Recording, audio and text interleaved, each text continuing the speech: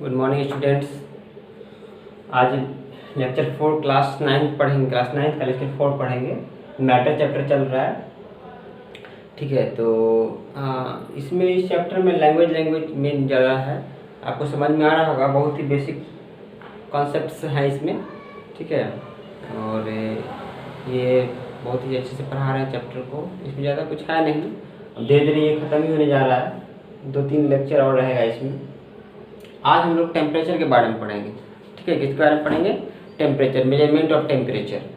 तो measurement of temperature पढ़ते हैं तो सबसे पहले इसमें देखना क्या होता है कि हम लोग सबसे पहले इसमें क्वेश्चन होता है कि टेम्परेचर है क्या, ठीक है। इस टॉपिक में सबसे पहले है पॉइंट की टेम्परेचर क्या है। तो देख रहे हैं आप, जैसे यहाँ पर लिखे 0 degree, 100 degree, 32 degree Fahrenheit, 212 degree Fahrenheit, kelvin, इस तरह से कुछ लिखा हुआ है बोर्ड पे। ये आपको भी समझाएंगे हम क्या है। पहले टेम्परेचर आप समझ लीजिए। टेम्परेचर क्या होता है? Temperature is the property of matter which reflects the quantity of energy of motion of the component particle. Component particle का मतलब हो गया कि मान लीजिए यहाँ पे एक सॉलिड है, इसका वो टेम्परेचर मेजर करना है, ठीक है। ये सॉलिड किसी न किसी पार्टिकल से मिलकर बना होगा, ठीक है। सॉलिड है तो क्लोजली पैक्ड पार्टिकल होगा। अब इस पार्टिकल का जो एनर्जी लेवल है, ठीक है, एनर्जी लेवल मतलब कहने का मतलब बताएं कि पार्टिकल अपने पोजीशन वाइब्रेट करते रहता है। तो इस पार्टिकल का क्या एनर्जी है? वो एनर्जी को रिफ्लेक्ट करता है। वो एनर्जी जो है रिफ्लेक्ट किस रूप में करता है? टेम्परेचर के रूप में। अगर एनर्जी लेवल ज़्यादा है, टेम्परेचर भी हमारा ज़्यादा होगा। एनर्जी लेवल कम है तो टेम्परेचर भी हमारा कम होगा। मतलब एनर्जी लेवल जो है किसी भी ऑब्जेक्ट का हॉटनेस और कोल्डनेस को क्या करता है? मेजर करता है। कितना हॉट है और कितना कोल्ड है, मतलब कुल मिलाकर इसके प्रॉपर्टी जो है ये इसके मतलब जो इंटरनल प्रॉपर्टी है, इसके पार्टिकल्स की प्रॉपर्टी, इसके पार्टिकल का एनर्जी लेवल है, उसके हॉटनेस क्या है, कोल्डनेस क्या है, उसको रिफ्लेक्ट करता है कौन? टेम्परेचर। तो आप किसी भी चीज़ को मेजरमेंट करने के लिए एक स्केल की जरूरत पड़ती है। जैसे आप कोई भी सामान खरीदते हैं तो किलोग्राम में, लीटर में, इस तरह से। उसी तरह यहाँ पे जो है आपको टेम्परेचर मेजरमेंट के लिए जो है हम लोग ढेर सारा स्केल यूज करते हैं। जैसे आप करते हैं metre, centimetre, millimetre, kilogram, hectogram, इस तरह से। तो यहाँ भी है हमारा, देखिए यहाँ पर 3 टाइप का लिखे हैं। सेंटीग्रेड, 6 सेंटीग्रेड होता है, F से फ़ारेनहाइट होता है और K से क्या होता है? केल्विन होता है, ठीक है। तो ये 3 टाइप के मेजरमेंट है टेम्परेचर में। अब इनको पढ़ेंगे। तो ये जो होता है आपका, यहाँ पर देख लीजिए, ये मोस्ट कॉमन स्केल है आपका। सबसे ज़्यादा यूज होता है सेंटीग्रेड और फ़ारेनहाइट स्केल। पर टेम्परेचर का जो SI यूनिट होता है वो क्या होता है? हमारा केल्विन होता है, ठीक है। टेम्परेचर मेजरमेंट का जो SI यूनिट होता है वो क्या होता है? हमारा केल्विन होता है, केल्विन। सबसे पहले समझिए कि 0 डिग्री C लिखे हैं और 100 डिग्री C लिखे हैं। तो 0 डिग्री C एक ऐसा टेम्परेचर है जिस पे वाटर जो है आइस में चेंज हो जाता है। और 100 डिग्री C जो होता है ऐसा टेम्परेचर है एटमॉस्फेरिक प्रेशर पर, 1 atm जो होता है एटमॉस्फेरिक प्रेशर, उस पर जो है वाटर बॉयल करने लगता है 100 डिग्री C पर। तो इसको रेफरेंस लेवल माना गया है। अब यही चीज़ जब 0 डिग्री से 100 डिग्री C है तो आप यही एक रेफरेंस माना गया है कि जमने से लेकर वाटर के फ्रीजिंग से लेकर जो आपका बॉइलिंग पॉइंट है उसके बीच में ये 100 पार्ट में डिवाइड हुआ है, क्योंकि 0 से लेकर 100 डिग्री C का रेंज है। लेकिन अगर फ़ारेनहाइट का स्केल बनाते हैं तो ये जो 0 डिग्री C है वो आपका 32 डिग्री फ़ारेनहाइट दिखाता है, और ये 100 डिग्री C है वो 212 डिग्री फ़ारेनहाइट दिखाता है। मतलब ये 32 डिग्री से लेकर आपका 200, ये आपका 100 पार्ट में कटा हुआ रहता है स्केल में, और ये 180 पार्ट में कटा हुआ होता है स्केल में, ठीक है। कितना पार्ट में कटा होता है? 180 पार्ट में कटा होता है। 0 डिग्री सेल्सियस को हम केल्विन में देखेंगे तो इसको 273 केल्विन बोलेंगे। हालांकि होता है 270.15 होता है, ठीक है। हम मोटा मोटी इसको अप्रॉक्स इतना लेकर चलते हैं, 273, ठीक है। तो 0 डिग्री C जब रहेगा तो उसको हम 273 केल्विन बोलेंगे, और 100 डिग्री C रहेगा तो 373 केल्विन लेंगे। इसका मतलब ये भी 100 पार्ट में बटा हुआ है। कहाँ से? फ्रीजिंग से बॉइलिंग पॉइंट तक वाटर थे। समझ में आ रहा है? इसी कॉन्सेप्ट पे ये एक रेशियो निकाला गया है, देख लीजिए। C/100, C 100 पार्ट में बटा हुआ है, वो किसके बराबर होगा? F - 32/180 डिग्री, ठीक है, क्योंकि इसको 0 करना पड़ेगा ना। इसको क्या करना पड़ेगा हमको 0, क्योंकि ये 0 है, ठीक है। अगर ये 0 लेते हैं तो इसको भी 0 कर, 0 करने के 32 माइनस कर दिए अपॉन 180 डिग्री, 180 पार्ट में कटा हुआ है। और ये आपको इसको 0 करने के लिए कितना माइनस करेगा, 70 डिग्री से करना पड़ेगा, क्यों 270 डिग्री, के माइनस 270 अपॉन 100 पार्ट में कटा हुआ था 100 पार्ट में। ये एक कॉम्बिनेशन लाया गया है टेम्परेचर मेजरमेंट का। इससे क्या कर सकते हैं आप, कोई भी कन्वर्जन कर सकते हैं, सी से फ़ारेनहाइट में, फ़ारेनहाइट से केल्विन में, केल्विन से फ़ारेनहाइट में, केल्विन से सेंटीग्रेड में, इस फॉर्मूले से। इसको शॉर्ट करके कॉमन लेके ये लिखा गया C/5 = F - 32/9 K - 270/5। ये आप बिल्कुल एकदम दिमाग में बैठा लीजिए, ये आपको याद रहना चाहिए, ये यूनिट कन्वर्जन में आपको आता है। और अब आप 9th क्लास क्या है, ये बच्चे हैं नहीं जो हम कन्वर्ट करके दिखाएंगे, ये कन्वर्ट कर सकते हैं आप इजीली। मान लीजिए सेंटीग्रेड दिया हुआ है और फ़ारेनहाइट में चेंज करना है, तो आपको ये दोनों कॉम्बिनेशन लेना है, ये दोनों कॉम्बिनेशन लेना है। सेंटीग्रेड दिया हुआ है तो उसको यहाँ पे डाल लीजिए, फ़ारेनहाइट निकाल लीजिए, ठीक है। इस तरह से आपको ये कन्वर्जन करना है, तो ये आपको आना चाहिए। ये आपका हुआ टेम्परेचर कन्वर्जन का सिस्टम। समझ में आ गया होगा, इसको आप स्क्रीनशॉट ले लीजिए अच्छे से और इसको समझ लीजिए, ठीक है। अब आते हैं हम केल्विन पे, इसको इरेज कर दे। चलिए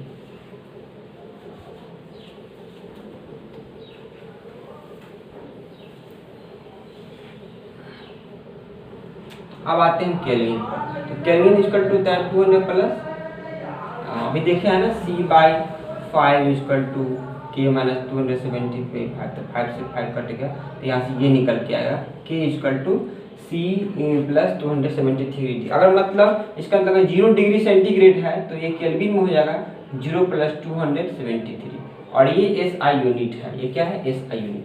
अगर माइनस में है, मान लीजिए कि डिग्री से -10 डिग्री सी है, तो इसको केल्विन में चेंज करना होगा, तो क्या होगा, लिखेंगे -10 डिग्री + 273, तो इससे क्या हो जाएगा आपका 263 केल्विन आ जाएगी निकल के।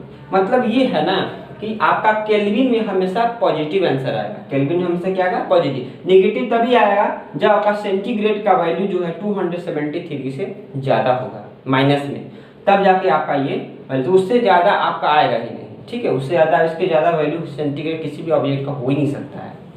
अब यहाँ पर हम देखेंगे कि 0 एब्सोल्यूट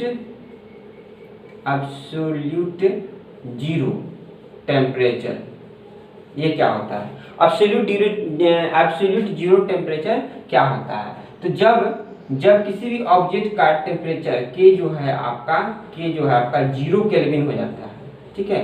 किसी भी ऑब्जेक्ट का के जो आपका है 0 केल्विन हो जाता है, तो उसको बोलते हैं एब्सोल्यूट 0 टेम्परेचर। ऐसा क्यों बोलते हैं, तो जैसे जैसे देखिए, जैसे जैसे टेम्परेचर आपका स्केल है, मान लीजिए ये पॉजिटिव में है और ये नेगेटिव में है, तो जैसे ये 0 डिग्री है आपका, जैसे जैसे पॉजिटिव में जाएंगे, इसका मतलब क्या, हॉटनेस बढ़ रहा है ऑब्जेक्ट का, कोल्डनेस, टेम्परेचर बढ़ रहा है ना, हॉटनेस बढ़ रहा है। और जैसे जैसे हम माइनस में जाएंगे, इसका मतलब ऑब्जेक्ट का हॉटनेस घट के क्या आ रहा है, कोल्डनेस बढ़ रहा है। ध्यान समझिएगा, हॉटनेस बढ़ रहा है, क्यों बढ़ रहा है, एनर्जी का पार्टिकल बढ़ रहा है, पार्टिकल का एनर्जी बढ़ रहा है। किस पार्टिकल का, तो ऑब्जेक्ट जिस पार्टिकल से बना हुआ है, समझ में आ रहा है। तो पार्टिकल का एनर्जी बढ़ रहा है, इसका मतलब उसका हॉटनेस क्या हो रहा है, बढ़ रहा है।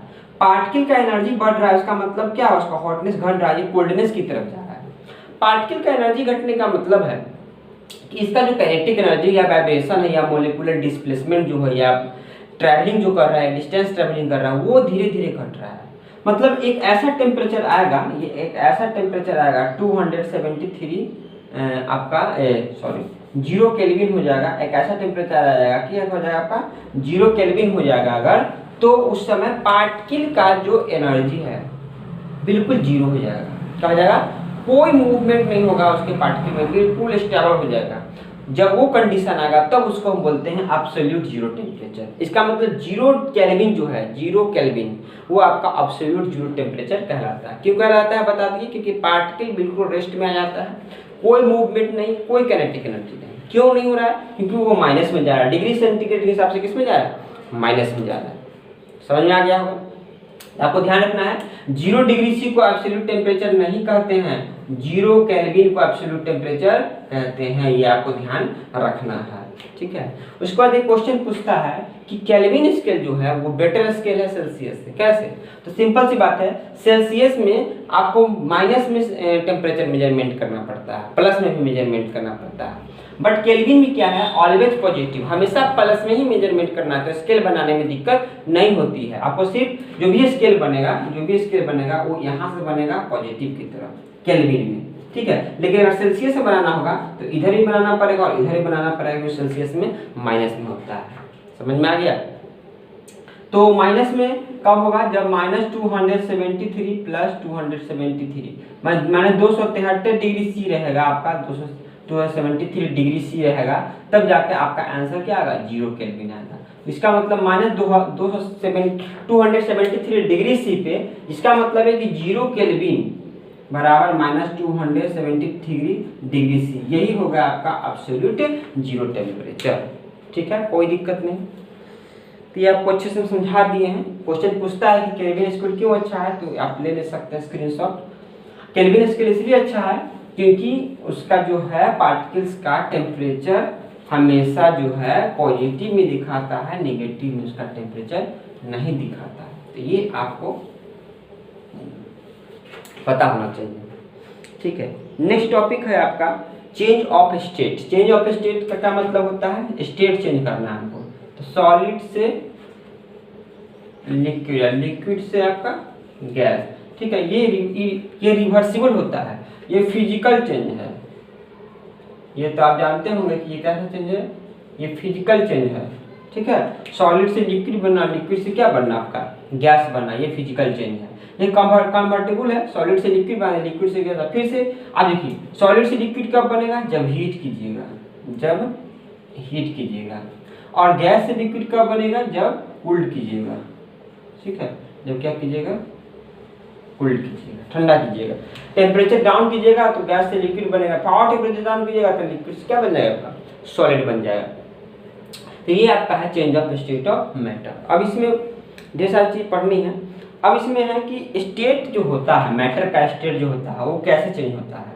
ठीक है, तो सबसे पहला है कि टेम्परेचर चेंज करके, टेम्परेचर चेंज करके आप स्टेट कैसे चेंज कर सकते हैं, टेम्परेचर चेंज करके। दूसरा प्रेशर चेंज करके, प्रेशर, ठीक है, टेम्परेचर चेंज करके, प्रेशर चेंज करके, और changing temperature and pressure both. अब तीन में क्या हो जाएगा, बोथ।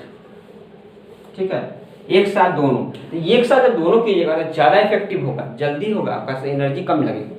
सिंगल सिंगल कीजिएगा तो इससे ज़्यादा एनर्जी लगेगा आपको। सिर्फ टेम्परेचर चेंज कीजिएगा तो, या सिर्फ प्रेशर चेंज कीजिएगा तो स्टेट चेंज होगा। अगर दोनों लगा दीजिएगा तो वो आपका एनर्जी लेवल कम हो जाएगा और जल्दी कन्वर्ट हो जाएगा आपको जिसमें भी कन्वर्ट करना हो। तो इन तीन चीज़ों की हेल्प से आप स्टेट क्या होता है, चेंज कर सकते हैं। एक एग्जाम्पल समझने के लिए चाहते हैं, एलपीजी जो हमारा गैस है, लिक्विड पेट्रोलियम गैस, वो गैस होता है, उसका टेम्परेचर कम करके और प्रेशर इंक्रीज करके, टेम्परेचर कम करके और प्रेशर इंक्रीज करके उसको लिक्विड से, उसको गैस से किसमें बदला जाता है, लिक्विड में बदला जाता है। इसलिए इसका नाम है लिक्विड पेट्रोलियम गैस। समझ में आ गया? तो ये आप एग्जाम्पल था। अब नेक्स्ट आपका गैस तो समझ गए, गैस क्या होता है, गैस तो गैस है।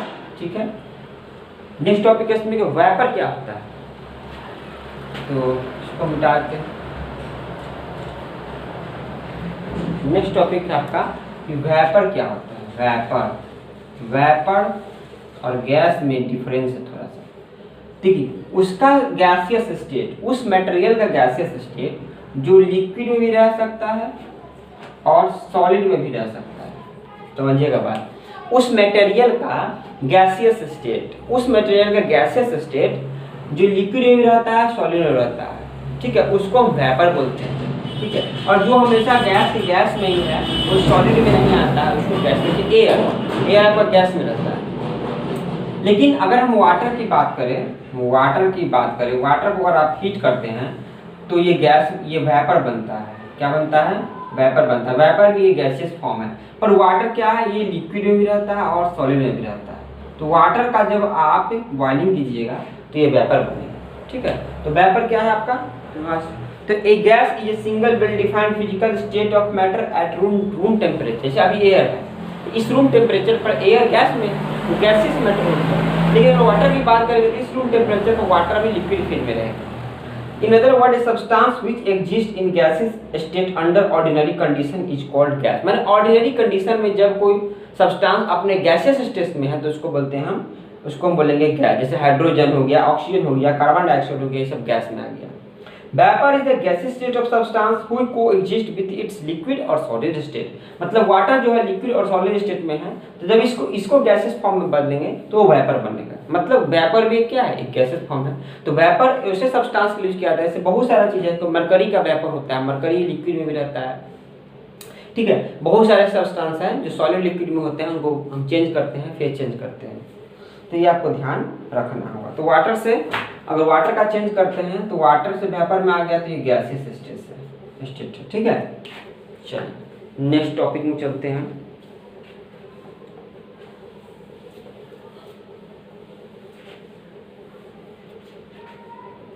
नेक्स्ट एक टॉपिक है कि सॉलिड से लिक्विड, ठीक है। सॉलिड से लिक्विड में हम कैसे कन्वर्ट करते हैं। तो फर्स्ट क्वेश्चन ऐसा ही है। तो इसको क्या कर, सबसे पहले समझ लीजिए कि the process in he solid state of matter changes into liquid state usually by heating is called melting और फ्यूजन, ठीक है। जब सॉलिड से हम लिक्विड में कन्वर्ट करते हैं बाय हीटिंग करके, तो इसको बोलते हैं मेल्टिंग या फिर फ्यूजन। मतलब यहाँ पर क्या हो रहा है, मेल्टिंग हो रहा है या फिर फ्यूजन हो रहा है। The temperature at which A solid converts into liquid at atmospheric pressure, ऐसा टेम्परेचर जिसमें ये सॉलिड जो है लिक्विड में कन्वर्ट हो जाता है, बट प्रेशर कैसा होना चाहिए, एटमॉस्फेरिक। आप प्रेशर नहीं बढ़ा सकते हैं। उस एटमॉस्फेरिक प्रेशर पर जिस पॉइंट पे, जिस टेम्परेचर पे सॉलिड जो लिक्विड में बदलता है उसको हम बोलते हैं बॉइलिंग, मेल्टिंग पॉइंट। क्या बोलते हैं उसको हम, मेल्टिंग पॉइंट। तो 1 atm माना जाता है एटमॉस्फेयर 760 mm ऑफ Hg। ऐसा ये बैरोमीटर का प्रेशर है, जो एटमॉस्फेयर का normal pressure 760 mm of Hg होता है, ठीक है।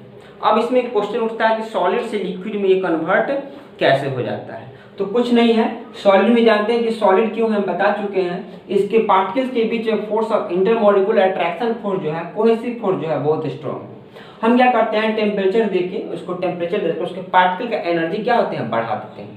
पार्टिकल का जब एनर्जी बढ़ता है तो पार्टिकल्स के बीच का कोहेसिव फोर्स टूटने लगता है, क्या होता है, वीक पड़ने लगता है। इंटरमोलिकुलर अट्रैक्शन फोर्स कमजोर पड़ जाता है। तो जो पार्टिकल इस तरह से चिपका हुआ था, इस तरह से चिपका हुआ था, वो अब ऐसे ऐसे होने लगा, क्योंकि इसमें एनर्जी आ गया है। वो तेजी से वाइब्रेशन करना चाहेगा एनर्जी की वजह से, ठीक है।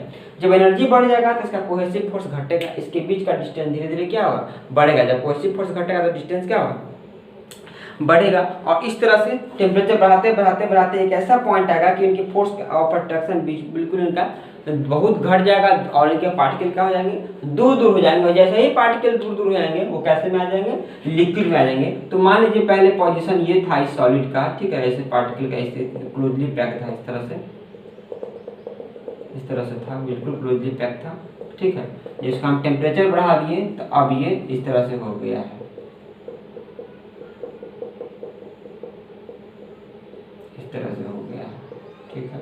देखिए ये सॉलिड था और ये लिक्विड में बदल गया है, किसके कारण, तो टेम्परेचर के कारण, ठीक है, हीट करने की वजह से। तो समझ में आ गया होगा आपको सॉलिड से लिक्विड में कैसे बदलता है। तो अब समझ में आ गया इसकी काइनेटिक एनर्जी जो है, टेम्परेचर बढ़ाने पर इसका पार्टिकल्स का काइनेटिक एनर्जी जो है उसकी कोहेसिव अट्रैक्शन फोर्स से क्या होता है, ज़्यादा हो जाता है, जिसके वजह से उसको तोड़ के और दूर दूर हो जाते हैं। तो सॉलिड से लिक्विड बन जाता है। फिर वही केस हम बोलेंगे, फिर लिक्विड से क्या बन गया आपका, गैस।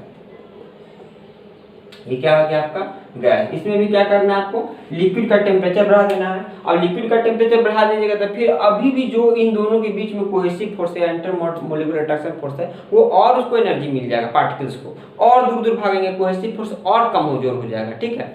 जैसे इसका एनर्जी बढ़ेगा वो और दूर दूर भागेंगे, इसका एनर्जी बढ़ेगा और इसके बीच का क्या होगा आपका, इंटरमोलिकुलर अट्रैक्शन वीक पड़ेगा, और वीक पड़ेगा तो दूर हो जाएगा, तो वो गैसियस स्टेट में आ जाएगा।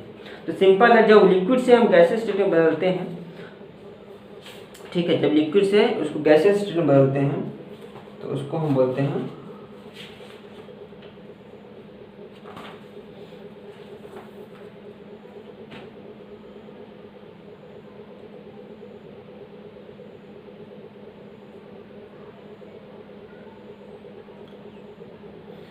समझ में आ गया होगा। तो इस तरह से हम क्या करते हैं, स्टेट ऑफ चेंज करते हैं। अब इसमें एक नेक्स्ट क्वेश्चन पूछता है कि चलिए उस चीज़ को हम अगले क्लास में डिस्कस करेंगे, ठीक है, इस क्वेश्चन को, क्योंकि ज़्यादा लंबा लेक्चर हो जाएगा, फिर आपको समझ में नहीं आएगा, उतना देख नहीं पाएगा। तो नेक्स्ट लेक्चर में हम लैटेंट हीट का डिस्कस करेंगे और बाकी सारी चीज़ों को डिस्कस करेंगे, ठीक है। Thank you.